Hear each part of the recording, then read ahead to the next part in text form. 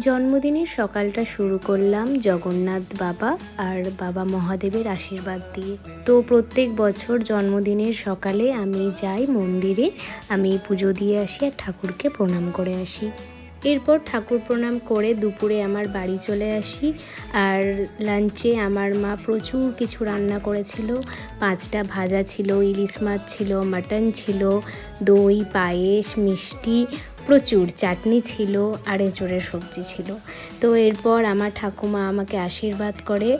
তো এইটাই হচ্ছে সারা জীবন থেকে যায়, এই ছবি, এই ভিডিও সারা জীবন থেকে যায়। জন্মদিন তো আসবে যাবে কত।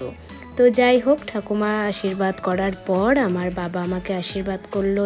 এরপর মা আমাকে আশীর্বাদ করলো। আর মা যখন আমাকে গিফটটা দিচ্ছে, আমার রিয়াকশানটা জাস্ট দেখো। আর এরপর এই যে আমার দুষ্টু ভাই, ওর তো কিছু করার আগে দুষ্টুমি করতেই হবে। তো ভাই পায়েস খাইয়ে দেওয়ার পর আমার বর আমাকে আশীর্বাদ করলো, পায়েস খাইয়ে দিল। তো ব্যাস এইভাবে আমার জন্মদিনটা কাটলো। তো আমার এই ভিডিওগুলো তোমাদের কেমন লাগে আমাকে জানাতে ভুলো না কিন্তু। টাটা, দেখা হচ্ছে তোমাদের সঙ্গে নেক্সট ভিডিওতে।